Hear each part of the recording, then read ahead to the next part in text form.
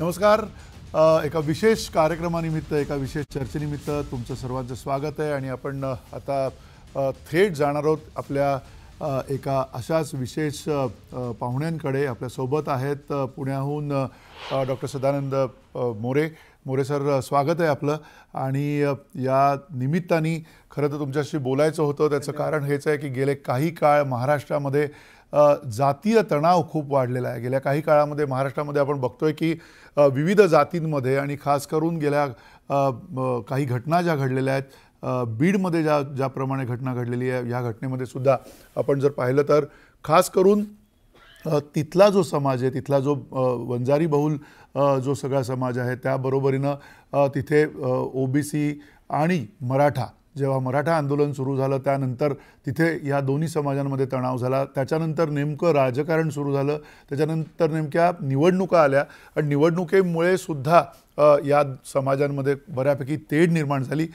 महाराष्ट्रासाठी हे एक खूप आव्हानात्मक अशी परिस्थिती निर्माण झालेली आहे. महाराष्ट्रातल्या शांततेसाठी, सलोख्यासाठी, जातीय जे एकमेकांमध्ये जे अभिसरण होत असतं त्याच्यासाठी ही अत्यंत एक मोठी आव्हानात्मक परिस्थिती निर्माण झाली. आणि त्यासाठी तुम्हाला खरं तर आम्ही काही प्रश्न विचारणार आहोत आणि त्यातनंच पहिला प्रश्न तुम्हाला विचारायचा तो हाच आहे की नेमकं काय घडतंय महाराष्ट्रामध्ये. तुम्ही इतके वर्षाचा अभ्यास करताय, इतके वर्ष तुम्ही पाहताय महाराष्ट्रातला जो जातीय सगळा जो सलोखा आहे तो.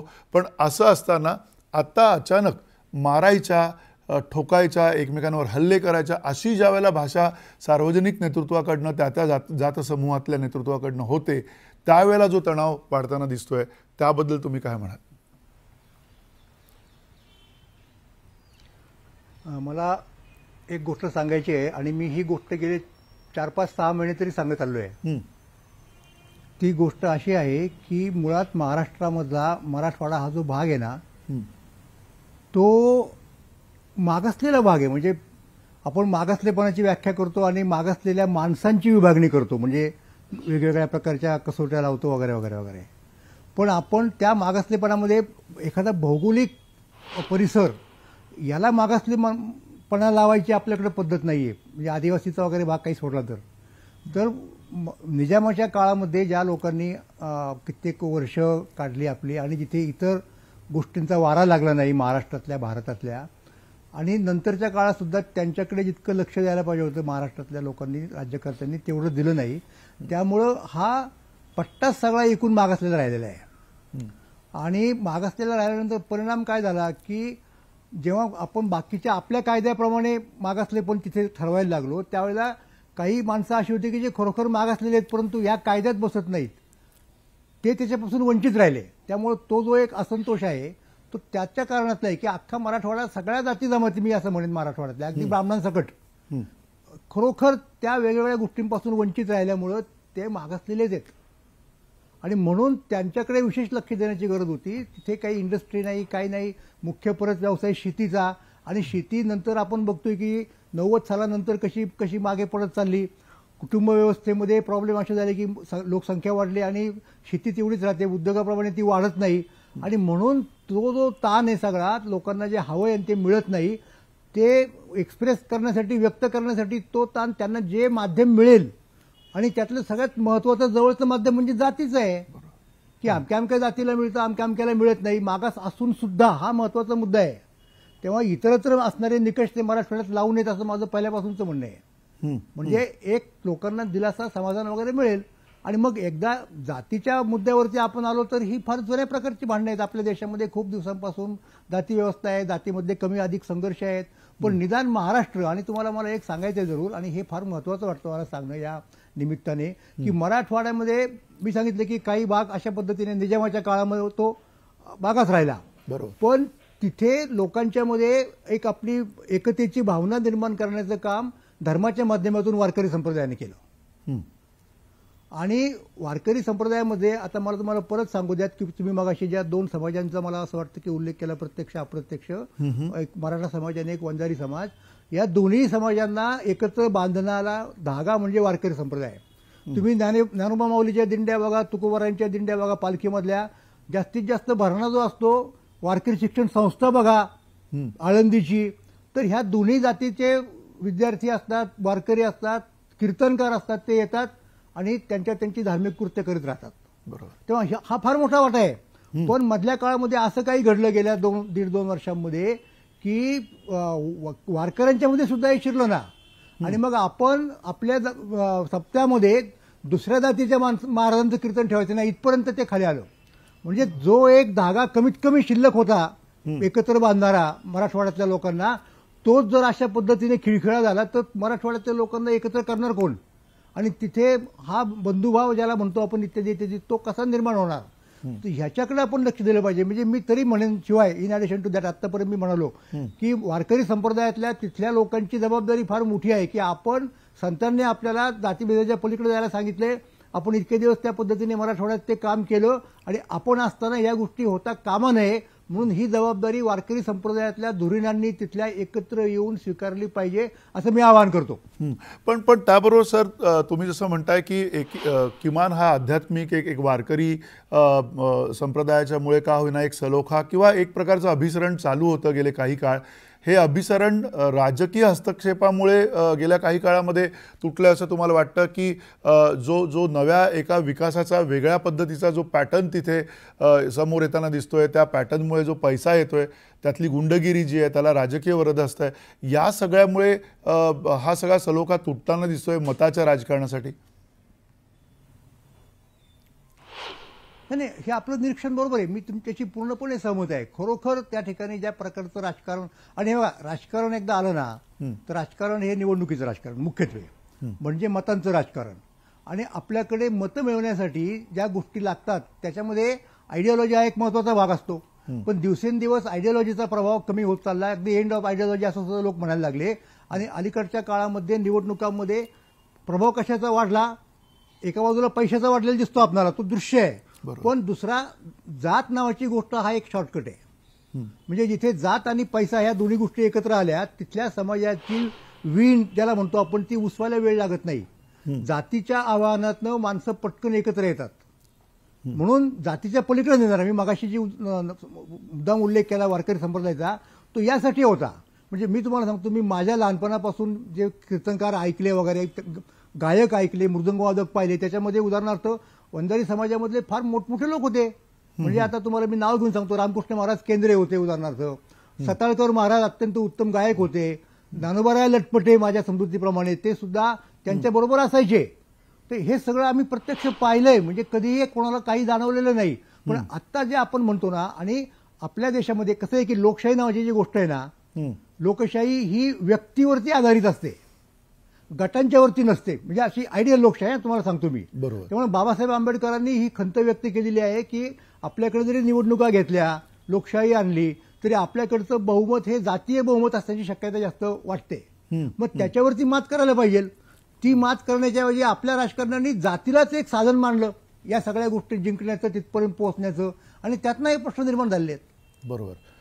पण या बरोबरीनं सर तुम्हाला असं वाटतं का, म्हणजे या आधी पण खरं आपण ज्यावेळेला पुरोगामी महाराष्ट्र म्हणतो किंवा महाराष्ट्राच्या ज्या पद्धतीनं जडणघडण इतके वर्ष होत आले, खास करून ज्या सगळ्या दिग्गज अशा समाज सुधारकांनी महाराष्ट्र आत्ताचा जो आधुनिक एक वैचारिक पातळीवरती नेऊन ठेवला होता, कुठेतरी असं वाटतंय का की काहीतरी कमी पडलंय मधल्या काळामध्ये? कुठेतरी असं तुम्हाला असं वाटतंय का की ही जी वीण तुम्ही जी म्हणालात की विविध समाजांमध्ये तिथे दिसत होती, गावागावांमध्ये, आपण सगळे गावातनं आलेलो आहे, गावांमध्ये ही वीण दिसत होती, ती वीण आता उसवण्यामागची मुख्य कारणं तुम्हाला काय वाटतात? राजकीय तर नक्की आहेच, पण त्याबरोबर आणखीन असं काय घडतंय या सगळ्या समाजामध्ये की ही वीण उसवताना दिसते?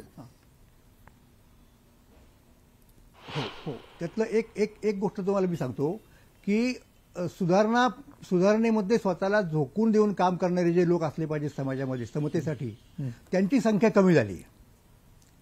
त्याचं एक कारण तुम्हाला सांगतो की राजकारणी लोकांना जितक्या प्रमाणामध्ये पटकन समाजामध्ये प्रतिष्ठा मिळते, एक स्थान मिळतं, ते सेलिब्रिटी होतात, तशा प्रकारचं काय नशीब म्हणा, वाटा म्हणा, मी भाग्य म्हणणार नाही, पण जे काय असेल ते अशा पद्धतीने झोकून देऊन काम करणाऱ्यांना समतेसाठी वगैरे मिळत नाही. त्याचं फार उत्तम उदाहरण तुम्हाला मी सांगतो. आता एक उदाहरण माझ्या पुढे डोळ्यापुढे असलं की बाबा आढाव. डॉक्टर बाबा आढावांनी आयुष्यभर समतेचा लढा केला, पण बाबा आढावांना साधी पद्मश्री द्यावी असं सुद्धा त्यावेळेच्या पुरोगामी सरकारांना वाटलं नाही. नक्की. म्हणजे एरवी फुले आंबेडकर शाहू नाव घेतात सतत, पण त्या लोकांना असं कधीच वाटलं नाही की बाबांचा काहीतरी गौरव करावा. हे असं का घडतंय आपल्याकडं? त्याचं कारण हेच आहे मुळात की रेकग्नेशन कोणाला मिळायचं, तर ते राजकारणामधले आहेत, ते फ्रंटला आहेत, ते पुढारी आहेत, त्यांच्या मागे लोक आणि त्याचं एक कारण आहे की ही मंडळी जी आहेत ना ती लोकांच्या गरजा या ना त्या मार्गाने पुऱ्या करू शकतात, ज्या काय असतील त्या. तशा प्रकारच्या गरजा पूर्ण करणारे सामाजिक सुधारक नसतात ते बिचारे, त्यांच्या हातात काही सत्ता पण नसते, ते लोकांचं प्रबोधन करणं हेच काम आहे. तर आपल्याकडे अशा प्रकारचं प्रबोधन करणाऱ्या लोकांना अशा प्रकारच्या जितकं प्रोत्साहन मिळालं पाहिजे, म्हणजे पूर्वीच्या काळामध्ये नक्कीच होतं, बरोबर, ते मिळालेलं नाही. त्यामुळे आपोआप लोकांची प्रवृत्ती समाजसेवक होण्याकडे वगैरे आता होत नाही, किंवा ज्यांची होती ते एनजीओच्या माध्यमातून धंदा करतात अनेक लोक. ही आपण महाराष्ट्रामध्ये एक सामाजिक बदल जो घडलेला आहे त्याच्याकडे सुद्धा पाहिलं पाहिजे आपण. आणि मुख्य दुसरा आणखीन एक तुम्हाला मी मुद्दा सांगतो. कसं झालेलं आहे की आपल्याकडे पूर्वीच्या काळामध्ये पक्ष जो मुख्य होता तो कोणता पक्ष होता? राजकीय पक्ष काँग्रेस पक्ष होता. आणि काँग्रेस पक्षाची आयडिओलॉजी कोणाची होती? मुख्यत्वे करून महात्मा गांधींची होती. निश्चितपणे नंतरच्या काळात नेहरूंनी अनेक वर्ष पंतप्रधान ते होते, त्यामुळे त्यांचा एक ठसा होता. त्यामुळे गांधी आणि नेहरू ही दोन नावं काँग्रेसच्या लोकांच्या मध्ये मुख्य होती. आता पुढे काय झाले, आज मितीला तुम्हाला काँग्रेस पक्षाची अवस्था अशी आहे की त्यांची स्वतःची आयडेंटिटी गेलेली आहे. बरोबर. तुम्ही तुमच्या कुठल्याही वक्त्याच्या भाषणामध्ये पहा, जितक्या प्रमाणात नावं शाहू फुले आंबेडकरांची येतात, गांधींचं नाव येत नाही, नेहरूंचं नाव येत नाही. म्हणजे काँग्रेस आपली मुळं विसरलेलं आहे. म्हणजे फुलेशाहू आंबेडकर थोर होते, त्यांचे विचार घेतले पाहिजेत, ते घेऊन पुढे गेले पाहिजेत, याच्याबद्दल कोणाचं दुमत व्हायचं नाही. पण ते करताना आपली आयडेंटिटी कारण कसं झालं की सगळेच लोक शाहू फुले आंबेडकर म्हणतात, मग कोणावरती विश्वास ठेवायचा? नेमके शाहू फुले आंबेडकर कोणाचे? तर शाहू फुले आंबेडकर त्यांचे की ज्यांचे मुळात गांधीजी आहेत, आणि हे गांधीजींना सोडतात, नेहरूंना सोडतात. हा तो मुद्दा आहे ना सगळा. त्याच्यामुळे ही जी आयडिओलॉजी त्यांनी पूर्वीच्या काळात मांडण्याचा प्रयत्न केला ती आपोआप मागे पडत चालली आहे. मग आयडिओलॉजीची जागा कोण घेतं? आयडिओलॉजीची जागा जात घेते आपल्याकडे. लक्षात घ्या, आयडिओलॉजीची जागा पैसा घेतो. मग म्हणजे पूर्वी असे लोक असायचे की पैसा जरी दिला तरी आम्ही मत देणार नाही तुम्हाला, आणि समजा त्याच्यापेक्षा हुशार लोक काय होते की पैसा घ्यायचा पण मत मात्र आपल्याला द्यायचं, त्यांनाच द्यायचं. आता आपल्याला तसं दिसत नाही. म्हणजे जे आपण बघतोय जिकडे कायदा केला इतका खर्च झाला पाहिजे, इतका नाही झाला पाहिजे, तरी देखील हे प्रमाण वाढत चाललं. आणि त्याला जातीची जोड मिळाली. तर जात निर्मूलनाची प्रक्रिया महाराष्ट्रामध्ये जवळजवळ फक्त जात निर्मूलनवादी लोकांची, नेत्यांची नावं घेतात, विचारवंतांची नावं घेतात, पण प्रत्यक्षात व्यवहार मात्र या सगळ्या लोकांचा जातीच्या पद्धतीने चालला लागतो. ही वस्तुस्थिती आहे. पण मोरे सर, पुन्हा म्हणजे जी प्रबोधन परंपरा आपण फार अभिमानानं सांगतो महाराष्ट्रातली, आणि संतांनी सगळ्या ज्या पद्धतीनं आपापल्या त्या जातसमूहांमधनं वर येऊन एक खूप वेगळा कुठला तरी विचार घेऊन सगळ्यांना दाखवला, त्या निमित्ताने आपण दरवेळेला आषाढीमध्ये सुद्धा असे सगळ्या एकत्र सगळं एक दर्शन घेत असतो सगळ्या समाजाचं. पण ते दर्शन किंवा त्याच्या अंतस्थ कुठेतरी तो विखार किंवा तो द्वेष जो आता प्रत्यक्ष प्रकट होताना दिसतोय, तो द्वेष जो आहे लोकांचा एकमेकांबद्दलचा, तो द्वेष आता खरंच म्हणजे तो खरा होता आणि तो कुठेतरी दाबून ठेवला होता असं म्हणायचं त्याला, की तो द्वेष आता पुन्हा उफाळून आलाय कारण त्याला कुठेतरी खतपाणी मिळतंय? नाही, मी असं नाही म्हणणार. द्वेष आपल्याकडे खूप प्रमाणामध्ये कमी झालेला होता. म्हणजे महाराष्ट्रामध्ये तरी आणि मराठवाड्यामध्ये सुद्धा तो खूप प्रमाणामध्ये, आणि याच शिकवणुकीमुळे संतांच्या म्हणजे अध्यात्मात जे आहे ना त्याचं कुठेतरी प्रतिबिंब व्यवहारात पडलं पाहिजे ना. म्हणजे जेव्हा संत असं म्हणतात की तुका म्हणे नाही जाती सवे काम, ज्याचे मुखी नाम तोची धन्य, असं म्हणतात का नाही? तर हे जेव्हा तुम्ही समाजकारणाला, राजकारणाला लागू करता हे तत्व, तेव्हा त्याचा काय अर्थ होतो? त्याचा अर्थ असा होतो की जाती सवे काम नाही, मग कशा सवे काम आहे? तर तत्व सवे काम आहे, आयडिओलॉजी सवे काम आहे, राजकीय धोरणावरती आमचं काम आहे त्यांच्याशी. तसं राहिलेलं नाही. उलट झालं की जातीचा उपयोग आपल्याला राजकारणामध्ये करता येतो हे लक्षात आलं राजकारणी लोकांच्या, आणि त्यांनी तो आपला एक मार्ग बरोबर शॉर्टकट म्हणून स्वीकारलेला आहे. पण हा जो चांगले लोक म्हणजे वारकऱ्यांना बिडवलं त्यांनी, तर बाकी त्यांचं सोडा. नक्की. पण हा जो दुभंग निर्माण झालेला आहे संपूर्ण समाजामध्ये, या दुभंगाला ज्या पद्धतीनं घटना घडत जातात त्याच्यातनं खतपाणी मिळत जातं, आणि मग त्या घटनांना सुद्धा कुठेतरी जातीय रंग येताना दिसतोय. जशी घटना बीडमध्ये घडली, अत्यंत दुर्दैवी पद्धतीनं सरपंचांचा तिकडे त्यांचा खून करण्यात आला तिकडे, आणि असं सगळं असताना सुद्धा पलीकडची जी माणसं होती ती एका जातसमूहातली होती, सरपंच एका जातसमूहातले आहेत. अशा वेळेला त्या सगळ्याला कुठेतरी परत एकदा त्या दोन्ही जात समूहांमधल्या नेत्यांनी जातीचाच संदर्भ देत राहणं आणि मग त्याच्यानंतर एका कुठल्या तरी जातीला अतिशय एक व्हिलन ठरवणं, हे सगळं जे घडतंय त्याला काहीतरी एक डिझाईन आहे असं तुम्हाला वाटतं का? ते डिझाईन जर असेल तर सामान्य माणसांनी काय केलं पाहिजे? आणि सामान्य माणसाला फार अशा प्रकारचे द्वेष आणि अशा प्रकारच्या गोष्टी आवडताना दिसत नाहीत, मात्र त्यांना पर्याय नसतो.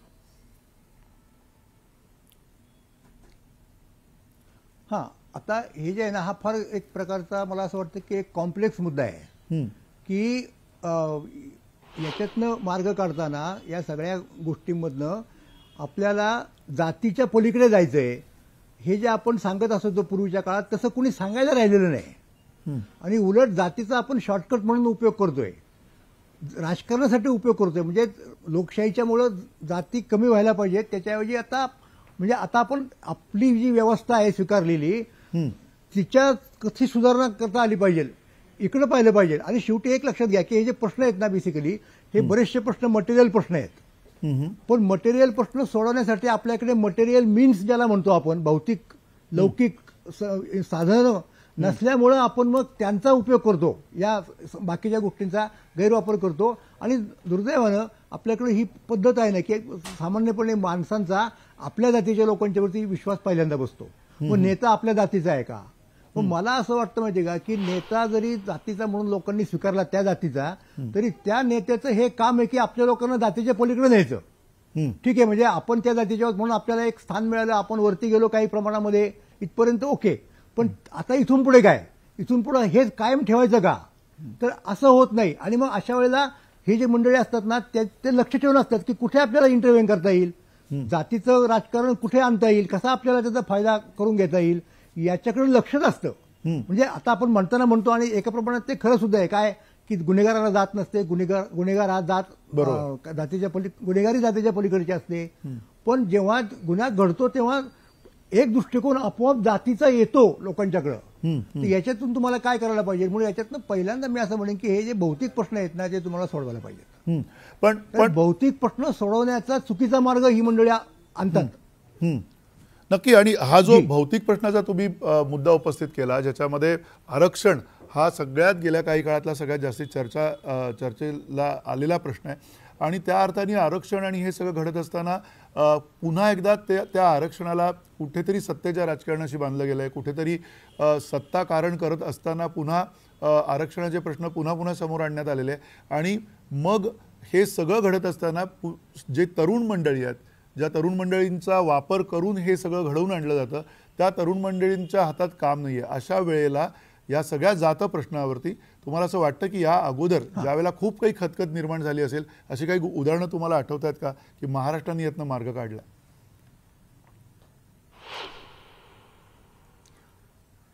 नाही, ऍक्च्युअली अशा प्रकारचा प्रश्न साधारणपणे एका शतकापूर्वी निर्माण झाला होता की ज्या प्रश्नामुळे महाराष्ट्रात ब्राह्मणेतर चळवळ सुरू झाली. ब्राह्मणेतरांचं म्हणणं हेच होतं ना की जो शेलका माल आहे, जो वाटा आहे सगळ्या भौतिक गोष्टींचा, नोकऱ्या विशेषतः आणखीन काय काय गोष्टी असतील, त्या शिक्षणाच्या प्रमाणामुळे आपोआप उच्च वर्णाकडे जातात. आणि म्हणून इतर जाती एकत्र आल्या आणि त्यांनी त्या वर्णाला वगळून एक प्रकारे आपली एक वेगळी चळवळ तयार करण्याचा प्रयत्न केला. आता त्यावेळेच्या लोकांचा प्रश्न निश्चितपणे खरा होता. म्हणजे आपण जर टक्केवारी पाहिली त्या काळातल्या वेगवेगळ्या ठिकाणच्या नोकऱ्यांची वगैरे, तर निश्चितपणे जास्त प्रमाण उच्च शिक्षितांचं, आणि उच्च शिक्षित म्हणजे विशिष्ट जातीचे त्यांचं होतंच. त्यामुळे यांचा आक्रोश, यांची तक्रार खरी होती. आणि त्यामुळे त्यांनी जी चळवळ केली त्या काळामध्ये, त्या चळवळीला एक काही समर्थन होतं. पण आता आपण इतक्या पुढे गेलेलो आहोत की आपल्याला जातीला मध्ये न आणता सुद्धा काही गोष्टी करता येणं शक्य आहे. पण तरी देखील राजकारणी लोकांना असं वाटतं की ती जात पाहिजे, कारण ती जर असेल तर आपल्याला आपलं राजकारण करणं सोपं जातं. ही गोष्ट खरी आहे, मी तुम्हाला सांगतो. म्हणजे 100 वर्षापूर्वी ज्या गोष्टी आहेत त्याचं आपण परत पुनरुज्जीवन करू पाहतो की ज्या नष्ट झाल्या पाहिजेत, त्यांच्या पलीकडे आपण गेलं पाहिजे. त्या दिशेने प्रयत्न न करता आपण त्याचा उपयोग कसा आपल्याला करून घेता येईल याच्याकडे आपल्या लोकांचं लक्ष असतं. विशेषतः राजकारण करणाऱ्या लोकांचं ही वस्तुस्थिती आहे. आणि तुम्ही कुठल्याही निवडणुकीचा इतिहास काढा गेल्या काही वर्षांमधल्या, निवडणूक लागल्यापासून किंवा लागण्याच्या आधीपासून जी सुरुवात होती जातीच्या चर्चेला, अमुक मतदारसंघात किती जातीचे किती लोक आहेत मतदार, मग त्या मतदारसंघात कुठल्या जातीचा उमेदवार कुठला पक्ष देणार आहे, मग त्या पक्षाने तो उमेदवार दिल्यानंतर दुसऱ्या पक्षाचा उमेदवार कुठल्या जातीचा असेल, हा सगळा जातीचा डिस्कोर्स आपण जागृत करतो प्रत्येक निवडणुकीच्या वेळेला. बरोबर. हे जे आहे ना चित्र, याच्यावरती महाराष्ट्रातल्या सगळ्या विचारवंतांनी, त्याच्यात पत्रकार सुद्धा आले, लक्षात घ्या, नक्की, राजकारणी आले, यांनी एकत्र येऊन चर्चा करून सोडवायला पाहिजे असं मला वाटतं या संदर्भात.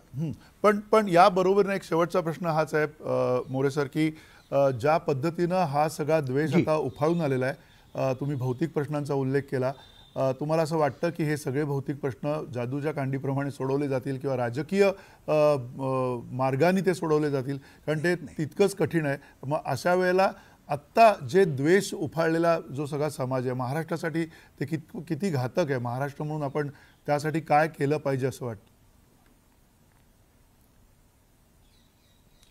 मी 2 गोष्टी सांगेन.